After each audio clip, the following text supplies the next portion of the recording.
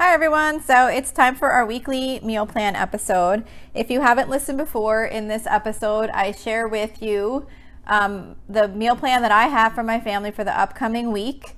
The idea is that maybe if you're struggling for meals, what to make for the next week, you might be able to follow this meal plan. I don't anticipate that anyone really would want to follow everything because I know everybody eats differently, but hopefully maybe it'll give you some ideas or maybe just motivate you to put your meal plan together.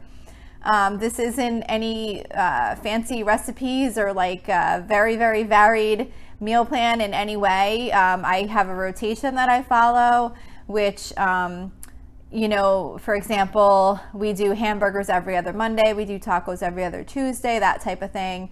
It makes it really easy for me to get a meal plan together. It's pretty much built by the time I get to that week because I already know if I'm making this meal every 2 weeks, as soon as we have it, I go forward 2 weeks from now and I put it down in the meal plan. So based on those different meals that we rotate, it's usually already filled out for me. And it just causes me a lot less stress that I used to have on trying to get the meal plan built, and I never have to worry or think what we're making for the week. Occasionally I'll fill in a few things with some new sides or some new recipes here and there. And usually like when the seasons change, I'll kind of switch things up. Like right now we're doing a lot more barbecue type foods and things like that occasionally. So like those will kind of get phased out and other more seasonal meals will come in. But I do try and keep it as simple as possible, and I don't worry if we're repeating several things throughout the month, because the point is just to have something to eat that my family likes, and that I don't have to worry too much about figuring out what we're going to be eating. So my meal plans start on a Saturday. That's the first day of the plan. Of course, it doesn't matter what day if you would use these meals if you did choose to follow along with any of them. But I start the meal plan for Saturday because I release the episode on Wednesday mornings, and that way it would give you enough time to go grocery shopping if you did want to use this meal plan as a guide to kind of create your own. So the meal plan for this week, like I said, it starts on Saturday. So this is for the week starting Saturday, August 8th. So for Saturday, we are having chicken chimichangas and just like a bagged salad. So the chicken, I think it's chimichangas. I always say this, but my kids always make fun of me because I pronounce it incorrectly. So the recipe for that is on allrecipes.com. And the actual recipe is chicken chimichangas with sour cream sauce. But like I've said before, I don't ever make the actual sour cream sauce. I just put sour cream out. I'm sure their sour cream sauce is fine. It's just me not wanting to take that extra step and creating a sauce, like a special, sauce for it. So we just use the sour cream right out of the container. But this has actually become something that my kids are really liking. So I've kind of been putting it in the meal rotation kind of like every 2 weeks at this point.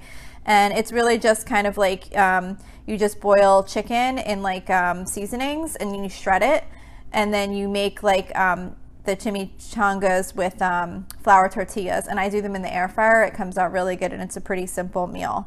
So we're just doing those with like a side salad, like one of those pre-made like bag salads. I don't usually buy the ones that come with the dressing and everything. I just buy like the mixed greens and then just kind of put out like some salad dressing, some croutons and things like that. So that's Saturday. For Sunday, I'm making fried rice. The recipe that I actually have is for chicken fried rice. It's called Chinese Chicken Fried Rice 2, like Roman numeral 2. That's also on allrecipes.com. But I'm not going to be using chicken. I'm going to be using pork, because the reason I'm making this meal is that I have leftover pork tenderloin that I had frozen that was already cooked, and I just like saved like a piece that we weren't going to be able to finish eating. And usually when I do that, I'll save the pork tenderloin. That way when I'm looking for a fill-in meal or whatever, or I want to use up that pork, I'll do this fried rice, and I'll just cut up the pork in like small little bites and then just toss it in just like you would the chicken. So that's for Sunday, and I actually don't have any other sides with that. That'll just be like a one dish kind of meal because it has the meat and the rice and the vegetables and everything in it. So that is for, oh, you know what though? I do want to say it looks like the actual recipe doesn't call for vegetables because it's just like chicken fried rice. but I do add mixed vegetables to it. I just thought of that when I said it's a complete meal. We add mixed vegetables in, or some type of like frozen stir fry vegetables or something like that, and just kind of cook it in with the rice and the egg. And then I'll do the pork, but you could do pork or chicken or whatever you have.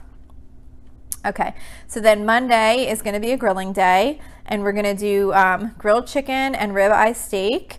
The chicken I just marinate in like the McCormick, what's it called? Montreal chicken seasoning and some olive oil and a little bit of white vinegar. And then the ribeye steak, I do the same, except I use the McCormick Montreal steak seasoning. And then I do the olive oil and red wine vinegar.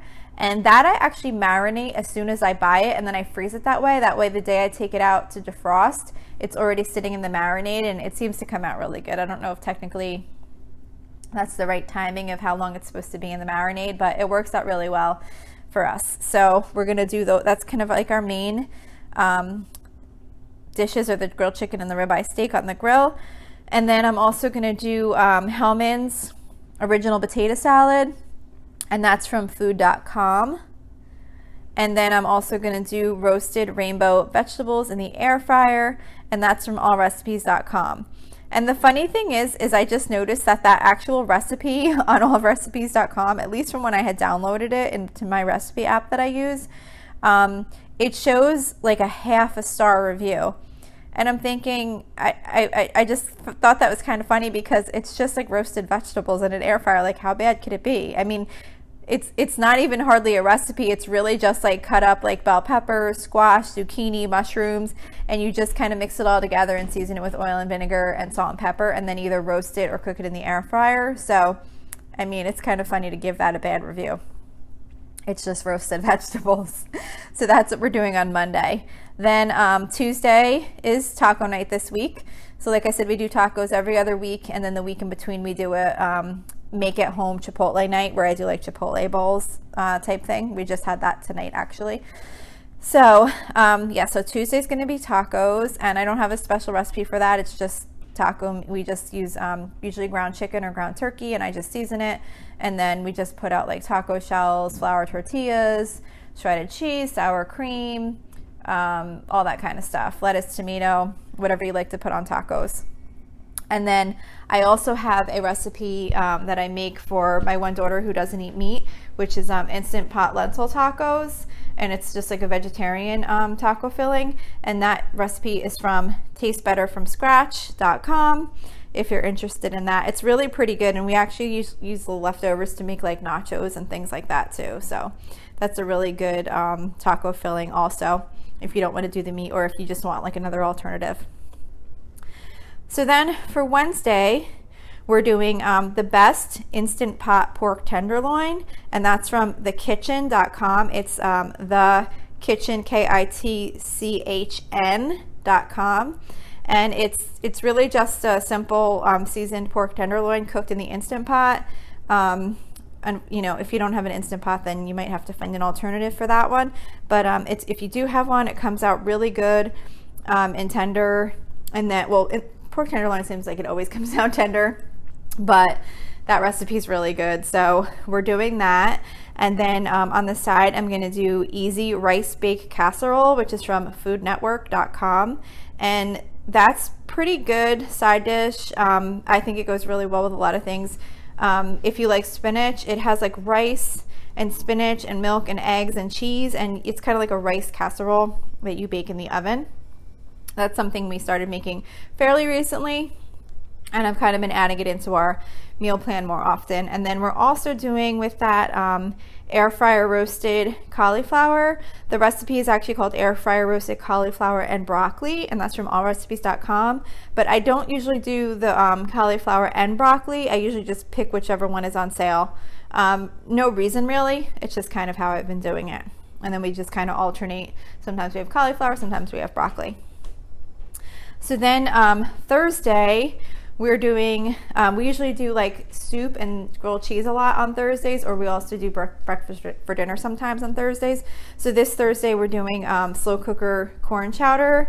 And the reason that I do the breakfast for dinner or the soup usually on Thursdays is because that's the night I go grocery shopping. So it just makes for like a really easy quick meal on that night when I'm going to be out shopping, in addition to having to cook dinner.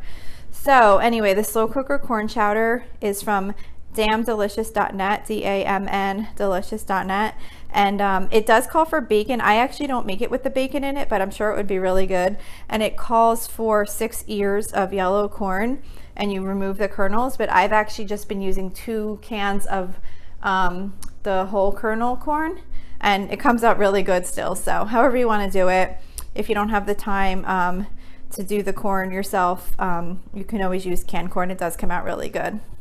And then we just do grilled cheese on the side with that.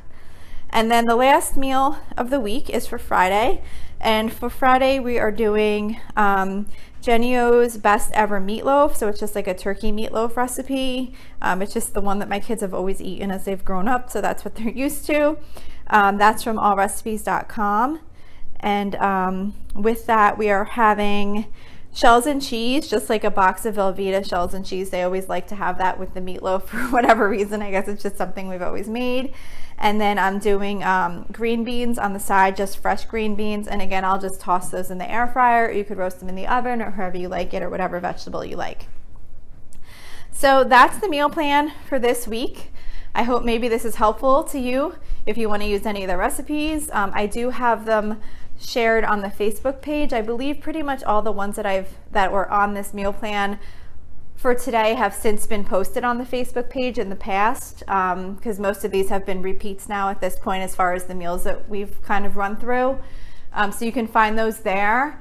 And yeah, so I hope this was helpful. Like I said, if you'd like to message me about anything, you can reach me through my Facebook page. If you have any episode suggestions or feedback or anything like that, if you go to facebook.com/Lola's Frugal Life, you could like the page, send me a message. You can join our private listeners group, which is, there's a link to that on the Facebook page, or you can also go directly to facebook.com/groups/Lola's Frugal Life and submit a request to join. We'd love to have you there. It's a small group, but we're building up, and it's really nice to have a group of people to talk about the different topics that we cover on the show. Also, don't forget to subscribe, and if you do like the show, please feel free to leave me a review. It'd be much appreciated. And that's it. Thank you so much for listening. I hope you have a really awesome day.